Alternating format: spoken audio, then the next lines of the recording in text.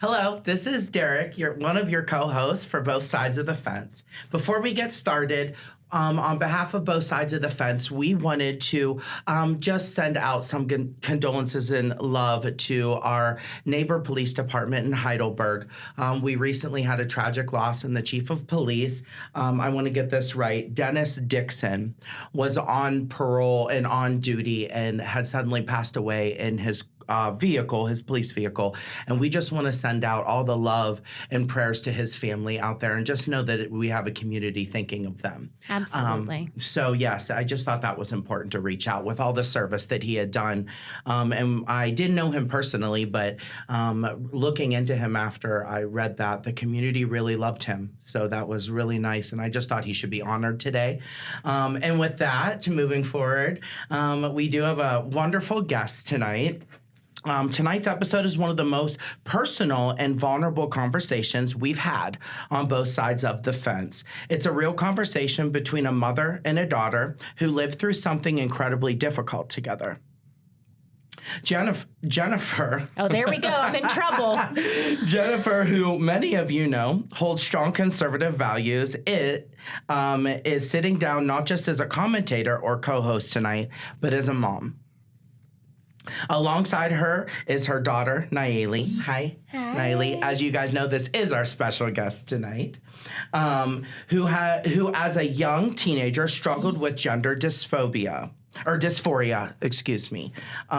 depression, and the emotional weight that came with all of it. Together, they're sharing what the journey looked like inside their home, the fear, the disagreements, the love, the mistakes, the growth, and ultimately, the choice to keep listening to each other, even when it wasn't easy. Most importantly, with love. So welcome, Nayeli. Obviously, there's some other great things about you I've got to know. Many of the viewers don't know you are about to graduate. Yes. Prom is literally, I think, either just happened or about to, right? It's about to, next week. You just finished your last episode, or your last game, at least for school, for rugby. And I know that was a big deal for you. She's been captain for 2 years in a row. Okay.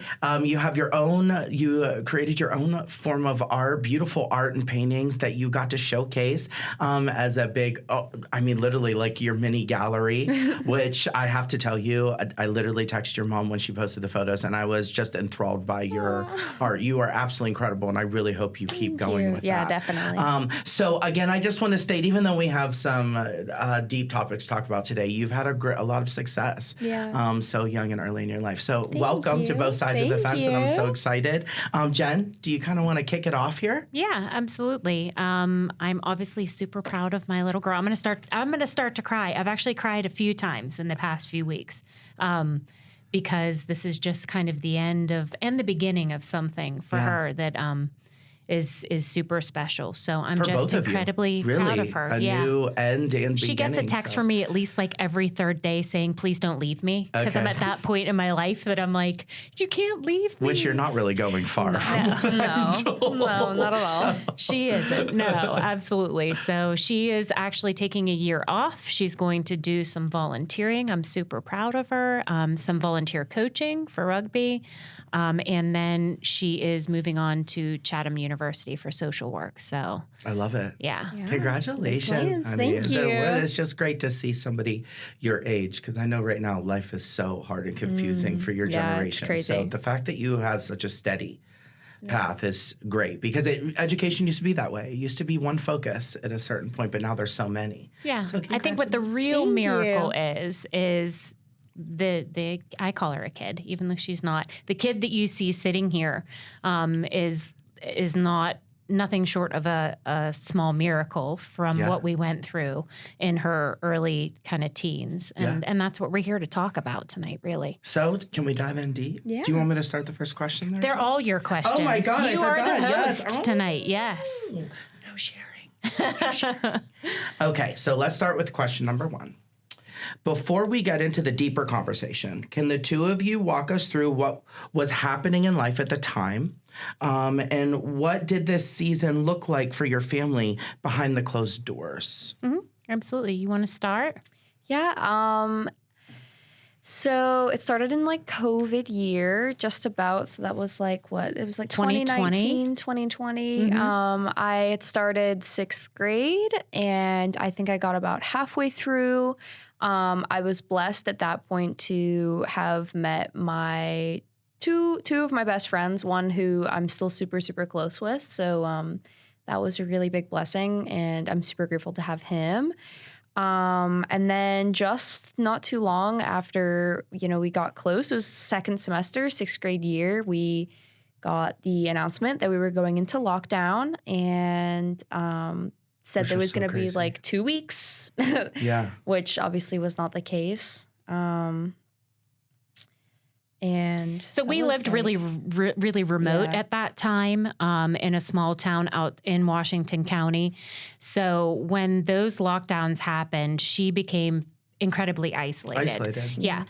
Because a lot of other parents, and no blame to them at all, it was such an unknown time that they didn't even really want kids socializing at all outside of school, even just as play dates, or, not play dates by that point, but other kids to be with. So you couldn't even see your own family. No, you couldn't.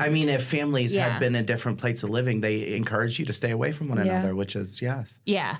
And so she was incredibly isolated, much more so than a lot of other children who could still go outside and see friends from, even if it was from a distance. We were really in the middle of nowhere. And I started seeing her change, and I didn't really know what was happening. She started becoming really withdrawn, spending the majority of her time in the bedroom. And I was constantly asking, "Are you okay? Is there anything I can do to help?" And I felt really lost because I didn't know what was happening. And she would just say to me, "I'm okay, Mom. Everything's okay." Did you have any, looking back, were there when I say red flags, I don't mean it in a negative way, because I don't ever want to put on your experiences it was a negative thing. No, but I understand. Did you, looking back now, in the moment, obviously you had no clue, but looking back, after it's out, were there signs? No, I was completely blindsided when I found out what was happening, and that's the whoa. Okay, people. Wow. Okay. Keep going. I was completely blindsided. I truly thought, because we're talking, how old were you? You were 13 at the time, something like that. And so I thought it was typical adolescent teen stuff. At that point, it's really common for your kid to be like, "I don't want to hang out with you anymore, Mom." Yeah. So I thought there could potentially be something wrong, but we had always been close anyhow. So I thought, surely if something's wrong, she's going to tell me, because we had a very close relationship. So when she started to kind of withdraw into herself, I just assumed it was the age. She wasn't my first child, so I'd been through it before, you know what I mean? Yeah. So no, I wouldn't say, even now looking back, that there were super red flags. And I'll let Nayeli tell this part of it. I was in bed one night, and it was like literally at 10 o'clock. I remember looking at the time, and I got this huge long text from Nayeli. And you always know that it's something serious when it's when it's coming from a teen and it's more than like a sentence, right? You're like scrolling through the text. And really the overall premise of the text was that she felt that she was in the incorrect body gender-wise, and that she felt that she was a boy, and told me how scared she was had been so scared to tell me. And I told her that, number one, I loved her. And number two, I needed a little bit of time to just digest things. And I asked her if I could come in and talk to her, because she's texting me from like the room next door. And she's like, "No, not tonight, Mama. Like, I just need you to absorb it, and then we can talk tomorrow." And my instinct was literally just to get up out of that bed and go and hug her. I wanted to touch her and hug her so bad to let her know that it was okay. but I had to respect that. And I had a lot of thinking to do too. As everybody knows, I'm a very conservative individual. And all I knew how to respond at that point in time was that I loved her. Yeah. So I don't know. Which is really, it's that simple, though. The truth is, for anybody out there going through something like this, at the end of the day, it's your child. Yeah. And if you add religion into it, which as we also know, you are Catholic. Running. So yeah. the reality is, the second step to me is, what would God want you to do? And I wouldn't think we know that he doesn't teach hate. So and that's your child. There's only one answer to that. 100%. And that's to love them. Whether you understand, agree, disagree, whatever, at the end of the day, that's your baby. Yeah. You know? So you want to tell your kind of side of things when that was happening? Yeah. Kind of leading off of that, I do remember being really, really afraid to tell her. I kind of remember exactly where I was and whenever I did tell her, because I was really afraid. And I think that another thing to mention was that obviously I didn't necessarily, not that, she ever displayed this or there was no reflection of it in her demeanor, but there is a certain kind of stigma that you learn that other people, especially when you're living rural and you're surrounded with a bunch of people who hold very conservative values, that sometimes, things are said that can make you feel less welcome. And obviously that wasn't, like my case in my immediate family, but it was definitely a case for in the extension and people that I knew and that people I was surrounded with. So, which is a different isolation. Yeah. Because I've been there and through that. Yeah. Growing up in Butler, it's not the same thing, but coming out in a place like that, again, very similar situation.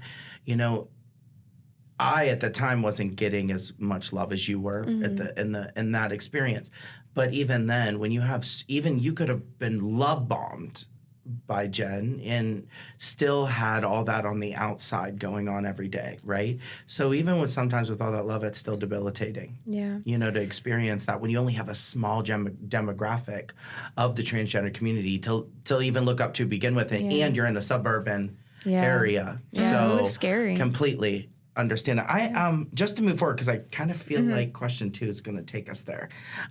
When you look back now, what were some of the earliest signs that you were struggling emotionally and or questioning your identity? And did you recognize them yourself at the time? Or was it with some guidance on whatever book, social media, content? I think that I was definitely, as I'm sure anybody is, like middle school is probably the worst. You could just say school time ever. Like it, and now that I'm graduated, I can say it was significantly worse than high school.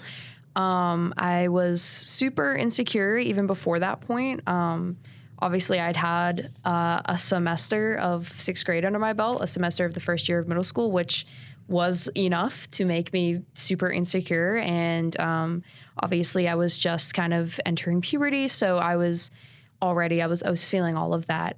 So I knew that I was really insecure, and I knew that there were certain aspects of myself that I convinced weren't appealing or just weren't right, or I didn't like about myself, and I knew that much. But I don't think that I really started tying meaning or I guess labels to what I was feeling until I had kind of exposed myself to other ways or reasons that I would be feeling that way, or kind of listen to other people's stories on how they felt that way, and seeing if it was similar. Until I started, really kind of adopting those. I don't know what you would call it. Not necessarily labels, not principles, but, I kind of it felt home. Assimilated with that. At least in the moment, it felt like a home for you. This makes somewhere sense. of comfort, which when I feel, am I correct to say, something that you didn't have at the time was a form of comfort. And not only that, in that isolation, the only contact you really had with the outside world at that point was via social media or Discord or whatever it was that you were communicating with other kids that you would have normally gone to school with. Yes. and I know this is actually the second time we filmed this episode, which gave us a little bit more time to kind of reflect on things. And I, as usual, did a little bit more research this time, because what was so strange to me about this experience is that it wasn't uncommon. You know, when I started, I am a fixer by nature. When I am presented with something, my first immediate instinct is to learn as much about it as I possibly can and then figure out how to fix it. So I started talking to like her school psychologist, explained that we were going through this as a family. And do you know, they said to me that they had been contacted by an extreme number of parents whose kids were telling the same story in the 6th and 7th grade. And I'm talking huge numbers of kids, like 30% of the boys and girls were presenting that they felt that they were an opposite gender or a different gender than what they were naturally. And this was a phenomenon that happened from 2020 to the statistics to 2023. They went from about 1% of kids of those ages in 2020 feeling that they had gender dysphoria to 6% of kids in like 3 years. And like 50% of those, the majority of those, like a high percentage, 80% of those are young females. Isn't that strange? I also want to add to that. It's funny they say that, because I actually did a little research too after this, and 73% of social media topics in the news was actually during that time was also about the conflict on what was legal and not legal of a minor in the transition of being transgendered and what they were. And wow, if you guys remember, there was very polarizing on both sides, and it was almost in the news daily for months and months, and it was really started from the premise of that, where you really started getting a light of the journey of the underage and minors that were going through this, and you were seeing both. Yeah. Some now that we see are still trans, absolutely, and it's it not, gave them the confidence, which is the difference to do between that. Transgendered and, like you said, the dysphoria. Yeah. There is a difference, and so initially we didn't know that. Just like the learning curve, as you learn and educate, and the process gets to come out, you get to understand that there is a difference between two, and it's not it's not a mental health thing. Some people have that thrust in them during mental health, and then you have ones that are just born who they are. But I'm going to lead into, before you go to that next question, as part of what that research also taught me, and I'm going to turn it over to Nayeli after this, is that 26% of those females who were or are or have gone through this attempt to commit suicide. And we talked about, before we came on this episode, if she was comfortable with discussing this. Absolutely. But along with this part of the journey, I found out that Nayeli was severely self-harming. And I don't know if you want to talk a little tiny bit about that, honey, because I think it's important for other kids your age that are potentially having those feelings. And I also want to say this before you answer. I also think why it's important, and you can be brave talking about it, is because you didn't. Thank God she didn't. The didn't with an exclamation point, which tells kids out there that the thought process does not make them wrong. It does not make them weak. I've had those moments, and I'm a very strong individual. So I think you can also, give a little bit of strength to people who are considering something like that, and knowing, but hey, look, you can actually follow a different light and get out of that. So go ahead and take your time with it. Yeah. I definitely did experience that, and kind of, I will go, continue into that. I wanted to touch upon something you said just a little bit earlier as well, that I think that, and we can obviously elaborate on this later, but for me, and I saw this even in my own school, because I continued to go through this period of my life throughout most of middle school, especially whenever we were able to come back to school, there were clubs and certain, just like friend groups that were built of a bunch of these people that had similar experiences. And I will say that in that period of time, a great place of healing and necessary support that I needed was that group of peers. So I think that a large percentage, maybe not all, I mean, I'm not entirely sure, but there were definitely a percentage of people who the reason that they were, you know, maybe not the reason, but they were going through these experiences and seeing a portion of their like-minded, you know, their peers go through similar ones or express even similar thought process or similar, you know, feelings of allyship to people, you know, in the LGBTQ community. I think that there was definitely, you know, all around, everybody felt super, you know, everybody struggled in the COVID years. I think that having that group of people and maybe it, you know, helped push or pushed other people to, you know, come out as different things was that it was a place of true allyship and community that, you know, and acceptance that felt so important and it felt so meaningful because that experience that we were experiencing was so hard. So moreover than just like, oh, this is my friend, it's I'm feeling this deep, deep, deep insecurity. You're feeling this deep insecurity and we're bonding over that. There's an allyship in between us.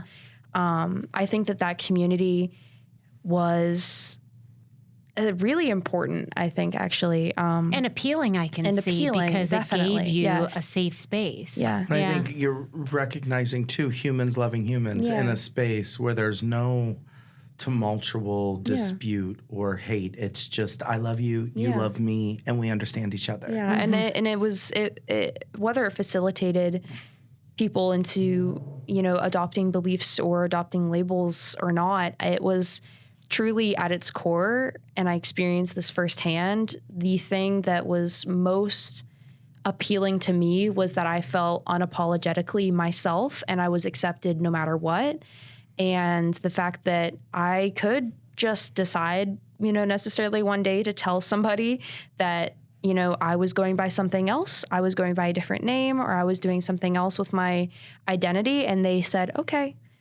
And then we would start talking about what video game we were playing. Yeah, because at the time it didn't matter. Wasn't an important content. You know what I mean? Because that's just okay. That's who you are. It was pretty beautiful in your school. I mean, fun fact about Nayeli: her nickname on the rugby field is Alex, which was the name that she went by when she was going through this experience, and they still call her that because a lot of the girls that she started playing rugby with first knew her as Alex. And by that point, we had gone through quite a bit together, and I'll let you get into that, but we'd gone to sports clips and had all of our hair cut off. We were dressing like a boy. I mean, we were Alex, you know?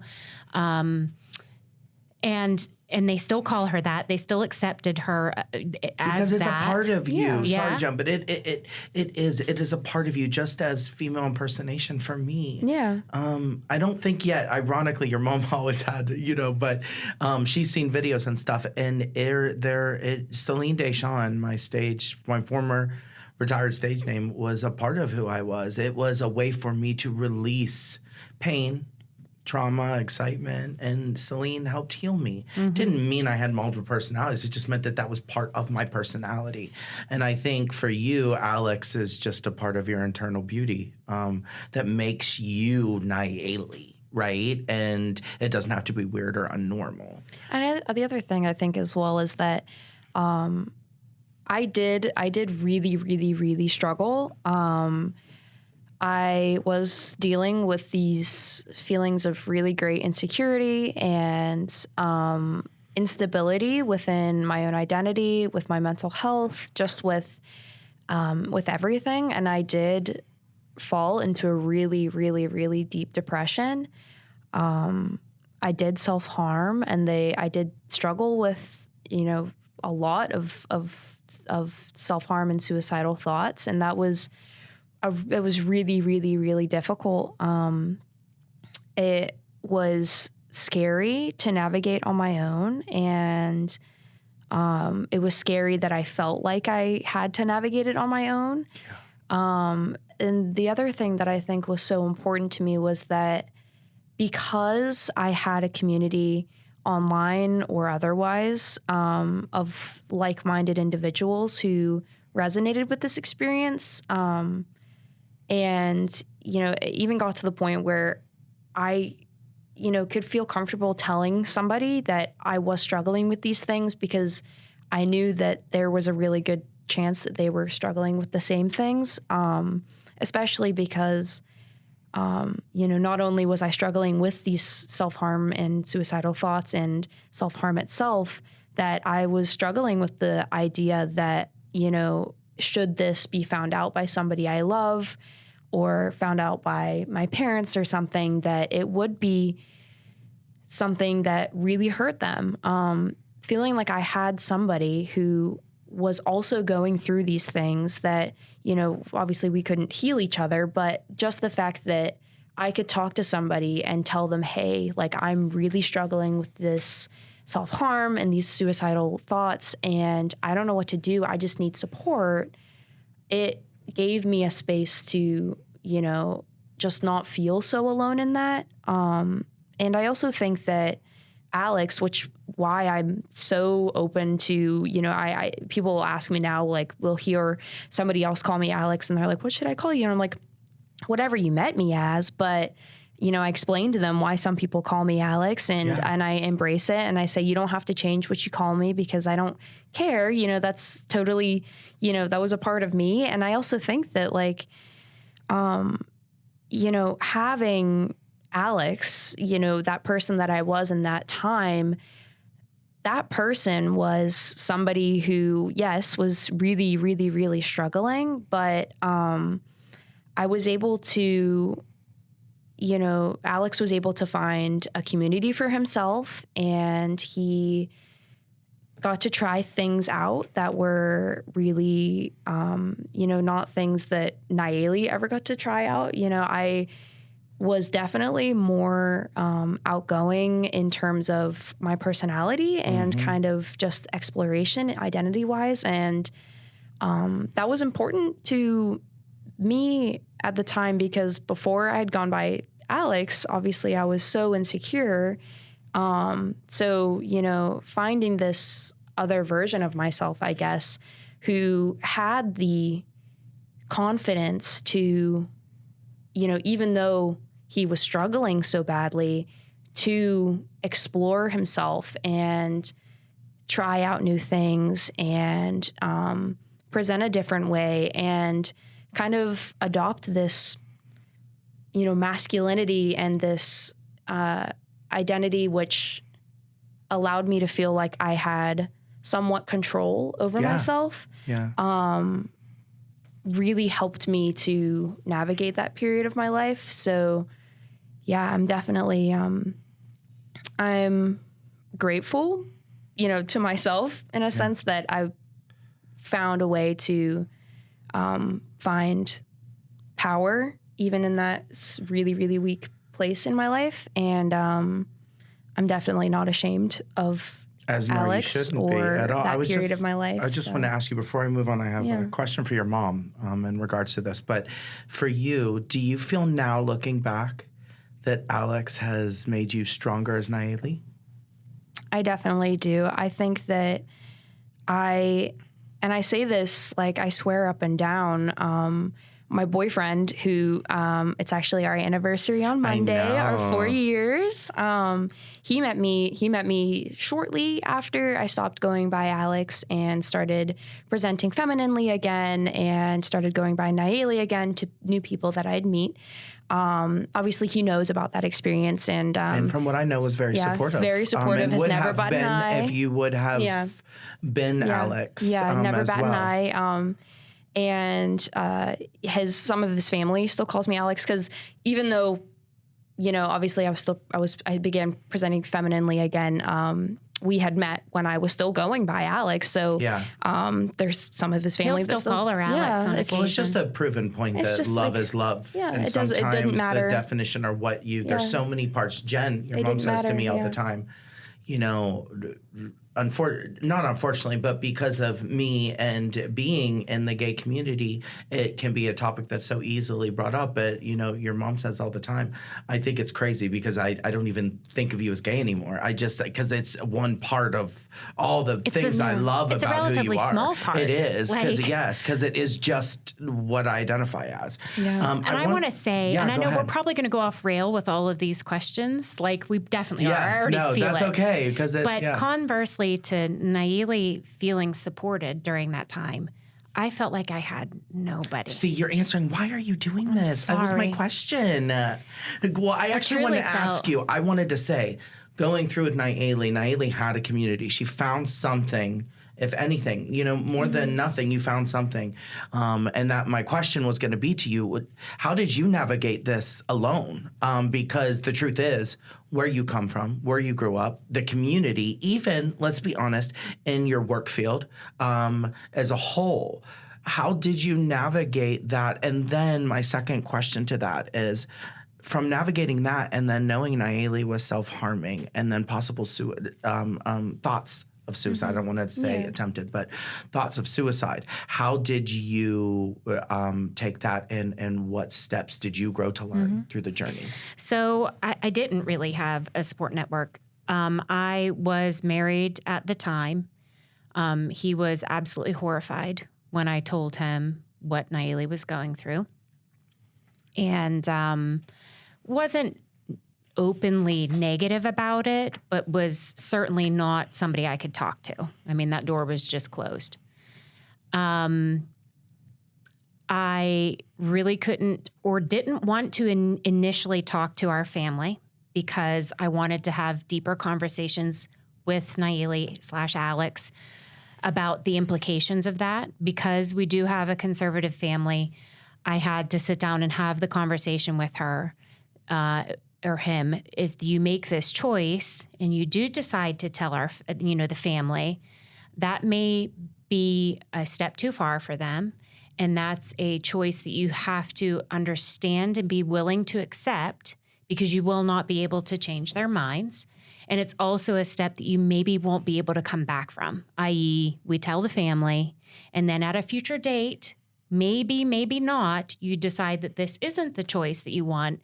You've already closed that door with that individual. And I had to prepare her for that. Yeah. So at the same time, I didn't have that support network because I really couldn't talk to anybody. And again, to make that clear, it wasn't, you weren't making her feel a form of shame. No. It was just giving her, as a mother, you felt your duty was to explain to her before the possible harm would hurt her heart. My biggest fear is that there would be then a shame put on her by them. So it wasn't that you were discouraging her from not at all being her full self, but more trying to protect her by saying not everybody's going to react to you the way mommy is reacting. Exactly.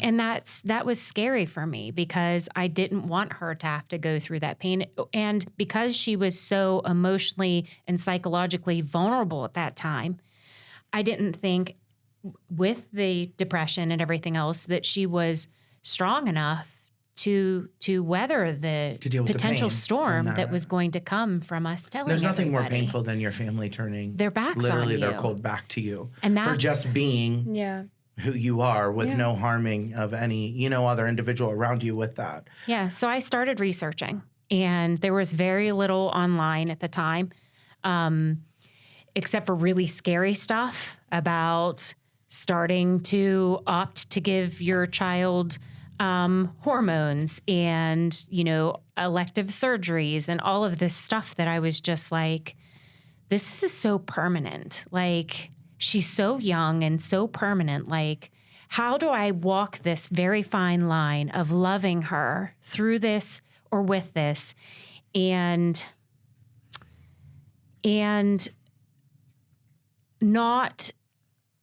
not putting her through something that I thought that she was too young to go through. And so I made the decision that I was going to allow her to do everything she wanted to do as Alex, and that is to the extent of buying all new clothing, chopping off her hair. We bought binders for her breasts because she was uncomfortable with them. But I had a very distinct conversation with her that I said, if you still feel this exact same way when you're 18 At that point, I will go to the doctor with you, and I will sit there and hold your hand while we have further conversations. Yeah. Yes, absolutely. And I want to say just real quick so we can go on to the next question. Jen, we talked about this, as you know, another episode coming up that you guys will see that's wonderful with Miss Gay America Femme, Anya. And we briefly explained this. And what I loved about when we discussed that, you weren't there for that, Nayeli, but your mom had said that the reasoning for behind that isn't that the love and support of your child. Even as a conservative mom, I would have done every walk with Nayeli. But I didn't believe in the medical change. And that wasn't because of holding you back. It was because she said, I would have wanted or Alex, you identify as a male, I would wanted him to have gone through the physical body change prior to changing any of that. Yeah. And I actually agreed with your mom on that. And I think most people do agree that we have to let the body do its thing the way it's intended in its own moment, and then we can make those alterations and changes when our body has settled and balanced. Mm-hmm. And I just want to bring that up because I do think it's important to continue to read that there are people out there that on both sides, and most people believe in that. So that's not just a conservative thing. Yeah. And then the other thing is I put her in counseling. I put her in counseling even really prior to me finding out that she was self-harming. Because you felt something was going on. No. She had told me she was Alex. Okay. We started trying to find her a counselor, which, by the way, during COVID was nearly impossible because all the doctors were closed. You couldn't take your kid to a psychologist or psychiatrist at that point. It was only online that you could actually talk to somebody. So that was just horrendous. But we eventually did find somebody, and she started talking to someone because I wanted to use that as means to prepare her for the challenges of telling family, for the repercussions of the general public knowing, for all of those types of things. I put her, into counseling. So perfect. Thank you. Mm-hmm. So we're going to skip a couple questions because we kind of answered some of the questions, which is great. I do want to, I think this is an important question, and you don't have to elaborate too much on it, but did you ever feel caught between trying to understand yourself and feeling afraid of disappointing your family or the people you loved? Your mom really kind of answered the question on her aspect of that just now. But for you, real quick, did you feel that you put Alex, even though your mom explained, do you feel you put Alex at bay with your extended family out of fear? I do think so. I definitely, when I look back, like I said before, Alex gave me this confidence, at least within my peers and in online spaces, gave me the confidence to kind of harness this just totally unlike myself previously version of myself. I was outgoing, and I was very I think that being able to be kind of masculine and macho and just be like, yeah, I'm fine. Like, it's fine. And I had, a bunch of guy friends online that I was like, yeah, like we're all just dudes or whatever. And I'm not weak or whatever. It gave me this space to, for at least a little bit, not feel like I, was so weak. And I think that, I was able to be that way with my peers, and the people, at school and my friends. And that gave me a lot of joy to be able to present physically that way, that I could kind of bring that, online / in my head persona to life and kind of further drive that. But that's kind of hard when you have family that know you as just an entirely different person. Obviously, it's almost like it's tell me if you agree with this. It's almost like it's, instead of dealing with what you got going on, the core value of who Alex is, part of you is constantly consumed by that thought. So you're taking half your energy to just deal with the fact of the way people are treating you, and then the fear of the loved ones you know. So you never really get to 100% focus, right, on Alex or whatever you identify yourself as, which is, do you feel that a part of that is why the depression even though you had the support and love elsewhere, do you feel that that was part of the reason why the suicidal thoughts, the self-harm always kept creeping in? Yeah. Because you didn't feel universal love around you from everybody that you loved. I think that did play a large role in it. I think that there was definitely, I experienced a lot of like cognitive dissonance of just, I feel guilty in a sense of what I am and how what I am affects others.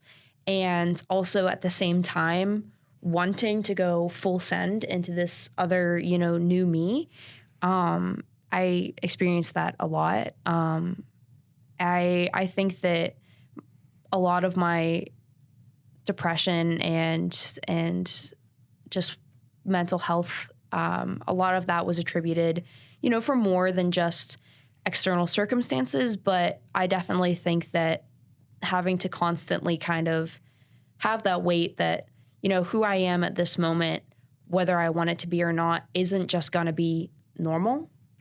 That was definitely something that I found really, really, really difficult. Now, do you feel that Alex was a part of your, and I want to make this clear because this will be a question when people are thinking, when you're speaking about this, do you feel that Alex was a part of the mental health problem? Or do you just feel that while you were dealing with some of the mental health, Alex was a part of that journey?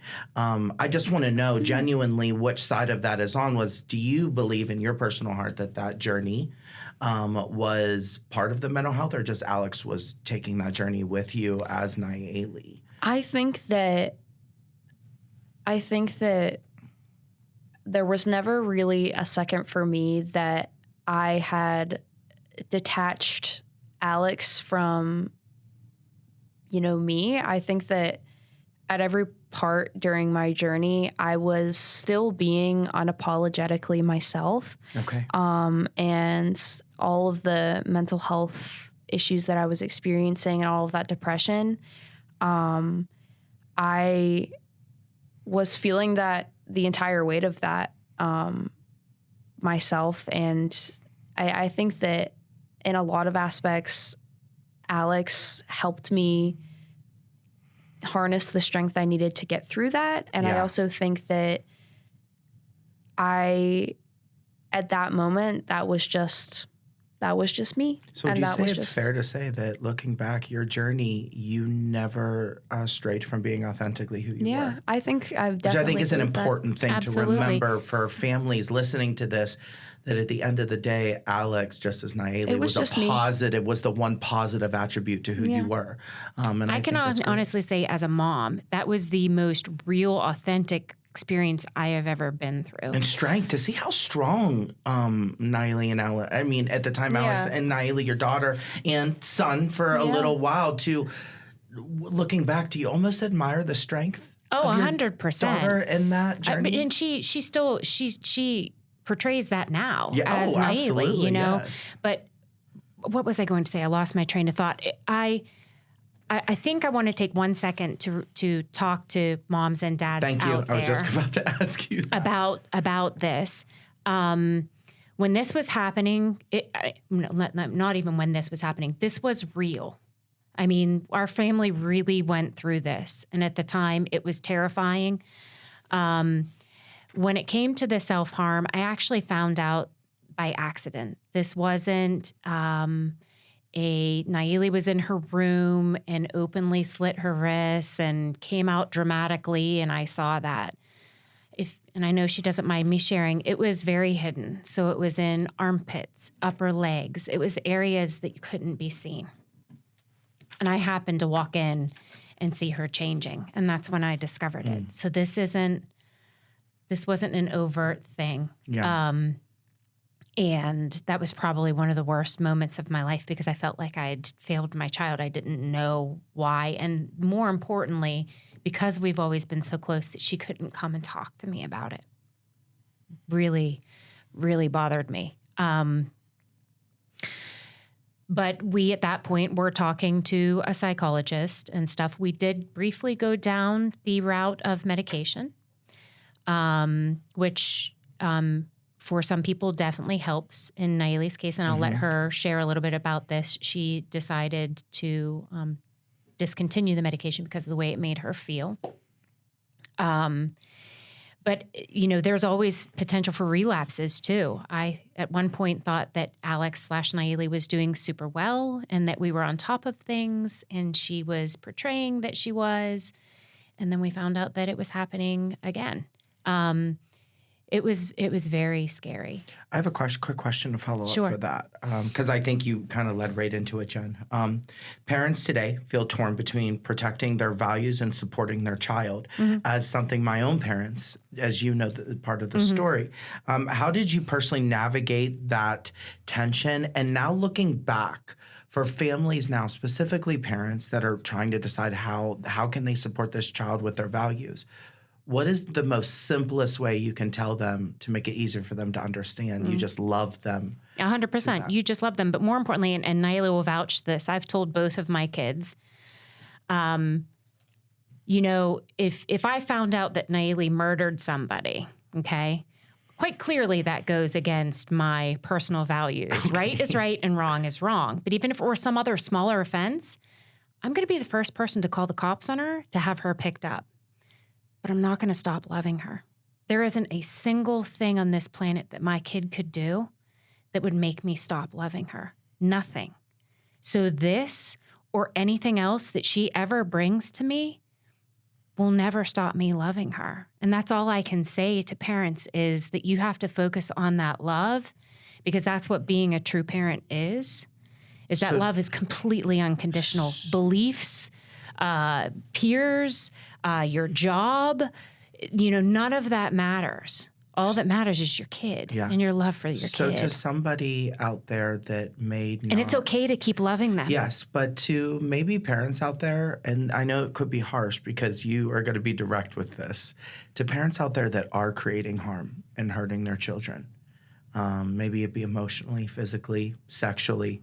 As a mom who did it, you feel did it the right way, what could you say to them to maybe try and do better for those babies in their life? I truly don't know, because I can't wrap my head around how parents can even actually doing it do to begin with, because it's just not within my realm of capability or understanding, because it goes so completely against what being a parent to me is. Absolutely. So you're supposed to protect, not harm. 100%. I don't know how I would advise somebody that was taking that role. Okay. But I do want to take a little minute and let Nayeli share her side of the kind of story behind the self-harm and what was maybe going through her head at the time, or his head at the time, and how she eventually stopped, because it almost felt for a little while like it was a release addiction. We thought we'd gotten through it, and it was kind of still occurring. Yes. Can you share a little bit, honey? Because I think it's important for other kids to hear. No, I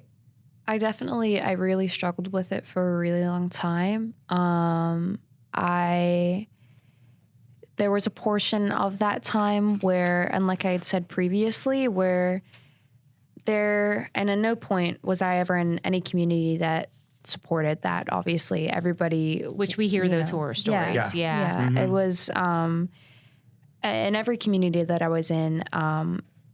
It was always just supporting one another and providing a community for one another, and that meant even in times where there were people going through those really, really traumatic experiences with themselves. So there were times where I knew people online or otherwise that were experiencing similar things, that were experiencing self-harm. You mean? Yeah, in self-harm, experiencing self-harm and experiencing suicidal thoughts. And I think that in some ways that made me feel a lot less alone, and it made me feel a lot less... It allowed me to not feel so, I guess, wrong for doing it. Obviously, it was wrong. And, I advocate for everybody who is experiencing that thing to seek help and to know that there's other ways to relieve yourself of that kind of stress and that feeling that you need to. But I think that, obviously knowing people that were experiencing the same thing kind of allowed me to step away from, I think, the stigma that hangs around it, provided by the media and horror stories about people who think that it's some kind of attention-seeking behavior or think that it's just something that people do to, gather this weird community that kind of idolizes it or something. So just knowing people that, knowing that they were suffering, but that I wasn't alone in that, I think it kind of helped and also hurt, because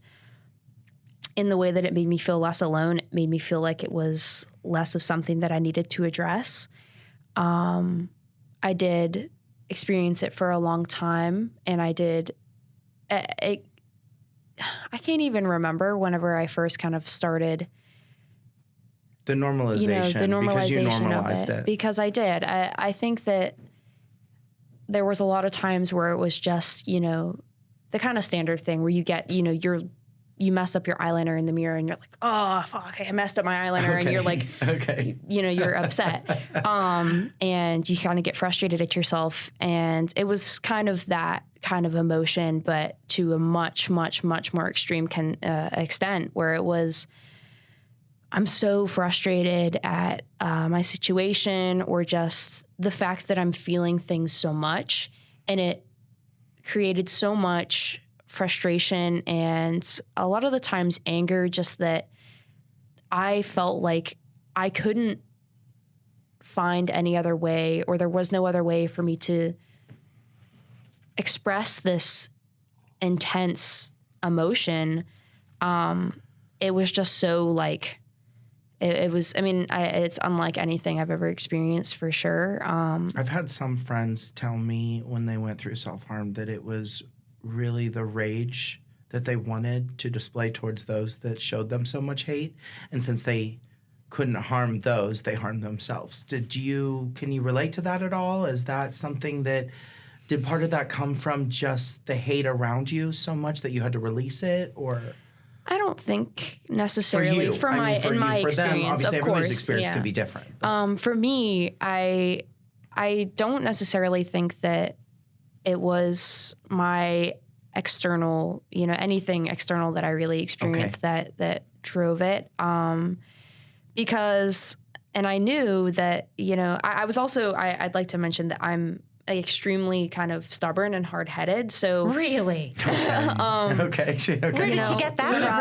Whenever I kind of got that, like mother like daughter. Yeah. Okay. Whenever I got, or I was faced with some kind of pushback for this, obviously, like, I'm ruminating it and in my room at night, and I'm like, wow, this sucks. It sucks that I'm not accepted. But in the face of that, I tended to kind of block it out and be like, well, you don't understand, like, so I'm not even going to listen to you, and I'm not going to give you the piece of, the time of day. But I definitely normalized it after a while, where it was just, wow, I'm really stressed out, and like a release. I'm really angry, and I'm just mad at the world, and I'll just take it out on myself. Who cares? Yeah. So I definitely normalized it. But at the beginning, it was just, I think, a release of just a lot of frustration. And I also think that I was there was some kind of preconceived idea that, just knowing that existed. I think that exposure via in the very, past, because obviously, like, I had the social media, I had the internet. I knew that in movies there were self-harm. I knew what it was. Like, there's no hiding that. So I had been exposed to it via the media, via online. So there was that where it was just like, it worked for them. You know what I mean? They did it, and they, that kind of thing. So I think that's probably where it began, where it was just, I'm so angry, I'll, whatever. And that was your way of dealing with it? That was my way of dealing with it. I know we're getting close to time, but I have just a couple more questions for you guys, if that's okay. Before I ask you your big last question, I wanted to ask you and Jenn, how do you guys feel it created in your bond and relationship as mother-daughter? And do you feel it strengthened or weakened it in that time? And now looking at it, how much of the strength came from dealing what then, as you said, Jen, feeling so polarizing as a parent. Now looking back, seeing how Nayeli has become so incredibly gifted and strong through that. What is your take on the journey? And do you look back and see that? I'm trying to get my word of thought. Just how did it bring you together, and how It definitely bonded brought the us two closer, for sure. so, The yeah. experience brought us closer, I would say. And we've just gotten closer and closer before, during, and after. I mean, she's literally my best friend. And I can't imagine my life without her. And I'm just so very proud of the person that she's become. And I feel like whether you would have continued to be Alex or not, I think that I'd feel the person same. would have been Jen's Yeah. best friend. And I think there was for a period of time during that where distance was created, but I don't think ever for a moment, and I know that there was never on either side that distance ever was rooted in anger or hate for one Well, another. I think sometimes the distance, a better word for distance, may be a boundary. Yeah. Because Jen, and I can say this because I was your age going through this type of stuff with my family, that Jen had to go through somewhat of her individual journey along with you figuring out yours, so you guys could come to the middle and create progress. Yeah. No, there were So, of definitely course. times that I avoided conversations because I didn't know what to say, and I didn't want to say the wrong thing. Yeah. Because that's much worse than saying nothing. Yeah. You know? Are you proud now knowing, because of course, social media, the world, you see it, you live it. I know how open-minded you are and how open-minded I think you will be to just generational equal love for everyone. Are you proud of your mom overall? Do you feel with the situation? And are you overall happy that, considering her values, the way that she stood up for you, was that surprising to you? I am proud of her, and I do think that I couldn't have thought of a better outcome considering her as a person, her as her values, the situation, that it could have been handled any better. I think that a really important takeaway for parents would be that, you know, obviously during that time when I was going through that, I wanted everything I could get all at once because I thought that, you know, I was very much, if I don't go all the way, then I'm not going to feel right. But for parents, I think the most important thing is obviously, you know, don't abandon all of your values, but even if the support that you can give isn't 100%, that any support at all is better than just Nothing. rejecting it or refusing to open your mind to more research or more consideration, or just a little bit of grace and understanding, because I have an entirely different perspective on people who are experiencing that now. Absolutely. Just understanding that even if I can't understand what you're going through, even if I can't support you how you feel like you need to be supported, that is difficult and that is brave, and understanding that and giving your child grace for that is so important, because no matter the situation, it's hard. So I think that, yeah, I couldn't have felt any more supported, I think. I didn't cry. I've been waiting for the last hour. She's didn't doing cry. pretty close. Well, thank you for that. I just have one more question, and I was going to kind of give it to just you, but I kind of want your mom to answer this as well. So your mom came up with a beautiful question, but I'm going to kind of flip it just a little bit. At the end of all of this for you two, what do you both hope that listeners take away from this? But I have to add into this because I think this is very important. And let me pull up my little notes here. Okay. And I do want to say this because I think this is really important right now with just all the stuff going on. What is one thing that you and your mom would say is amazing about this country when it comes to this topic? And what is one thing you wish would change in our country? And what would you say to our politicians and government about your generation, Nayeli, and what your expectations are for the future?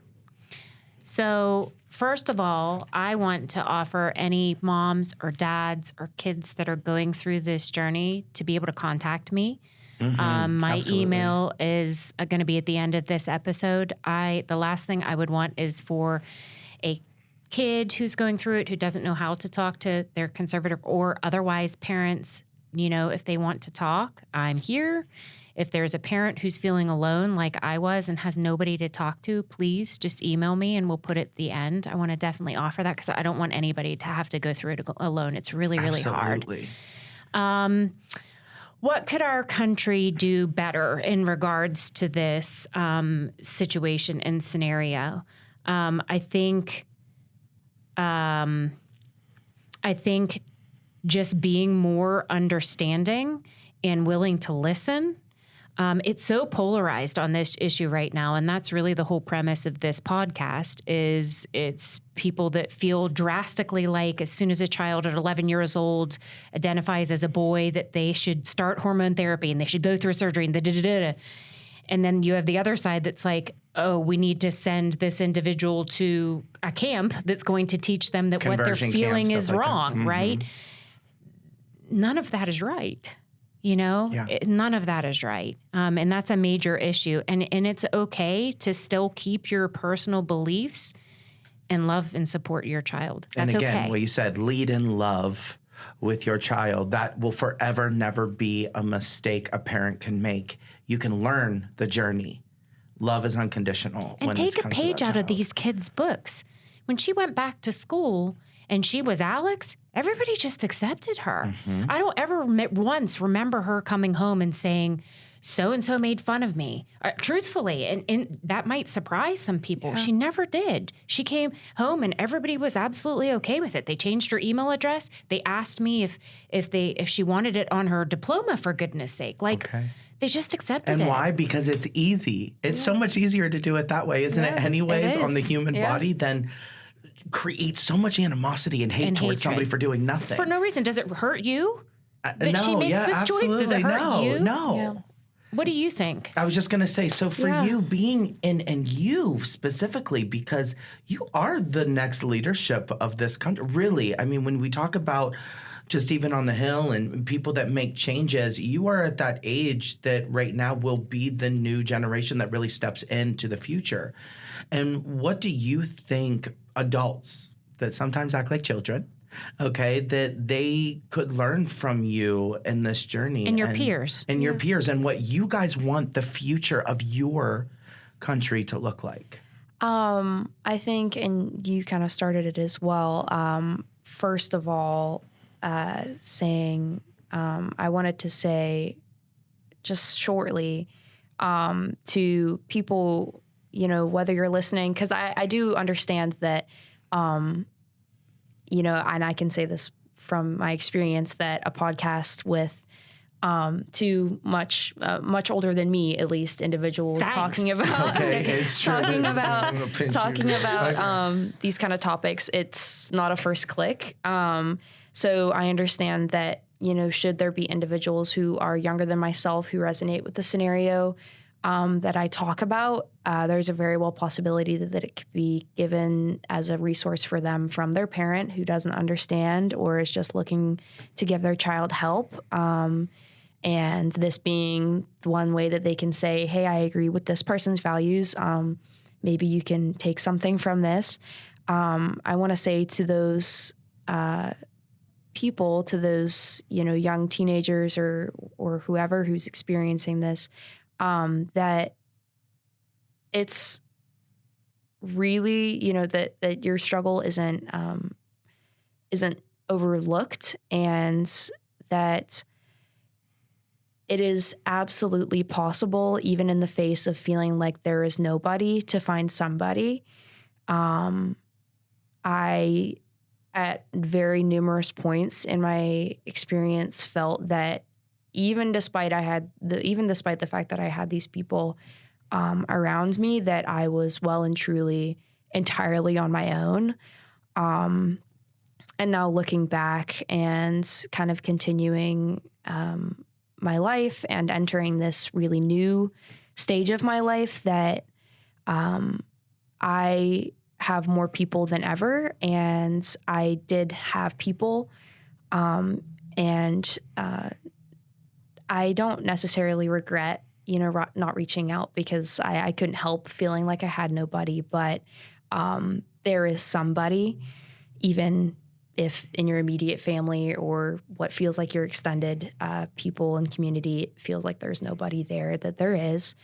And I think that for older listeners and older individuals who, a page and something that you could learn, from my experience from others is that, and we kind of touched on this earlier, that the people that are going through these things and the people that are proposing these topics that some might find, super weird or difficult to understand or just totally misaligned with values, that the people that are proposing these things and experiencing these things, that at the very core of their person, that they are just a person that has a personality and hobbies and interests that I'm sure are you worth could getting to know. You could learn about and probably bond with them about. So I think that it's especially important to try your hardest to see beyond what a person is trying to tell you and see into who they are. I think that that's really I love important. that. The human. You're getting to know the human. Mm-hmm. Jenn, do you have anything else that you'd like to add? No, I don't think so. I'm just super proud of her. I'm super proud of her, period, but I'm also super proud of her coming on and telling her story. Absolutely. Because I think it's so important for other kids that are going through this to not feel alone. And I think it's super important for parents that are experiencing it to feel exactly the same way. And it's all going to be okay. Yes. If you just love each other, it's going to be okay. I promise you. And also to just be here and be brave and live in this. You are an American citizen who believes in people having the right. And this is part of creating that right, is by sitting here and telling your truth. And it's important. And this is hard to do. And the fact that you did it, I'm so happy that you're a part of it. I want to thank Jenn, my co-host. I know she was kind of interviewed today, but I want to thank you so much for being open but vulnerable, because this is such a hard topic to talk about, right? And to Nayeli, for you standing up for your mom and letting people know that, it was never perfect, but based on your mom's religious values, her political standing, and to know that at the end of the day, she just chose to love. Yes, you're her daughter, but you are a human. And she saw, how can I not love somebody that is just so beautiful? And I think the synopsis to this, guys, today is, I think we can all agree that universal love is so easy. And realizing that the judgment you bestow on a human is because of their action and who and how they are in their community, not the color of their skin, their gender, the way that they identify themselves. That doesn't make them a bad person. So I think we can all agree that loving the human, if they deserve to and have earned that love, that's really that simple. Just be a good person. And I think this family right here has proven that to us. So I really hope that a family out there can take that. Do you guys have anything else that you'd like to bring here? No, I think I'm good. Thank you for coming. Yes, thank you. And again, you are not a victim, you are a survivor of some of that, and you've turned into such a beautiful human. And I'm so honored to have not just been able to get to know Jenn, but have you as a part of our family. So I love you, and I love you. And again, we thank you for tuning in. We love you guys so much. We really hope that this brings in. Also, remember, for parents out there, to follow up on Jenn, please reach out to to her for any questions you have. But also, if as a parent or a child, you need to understand the other side of maybe what they're going through, please reach out to me. I would love to have an open dialect and help you understand where that's coming from. Stay tuned, as coming up soon, my parents will be on here and we will be able to talk about all of that side to maybe help some families. I want to thank you again, Nayeli. Congratulations on congratulating in your future endeavors in college. I love you, Jen. Thank you for being so vulnerable today with this topic. And thank you again for having us here, and welcome to Both Sides of the Fence. We'll see you soon. See you next time. Bye.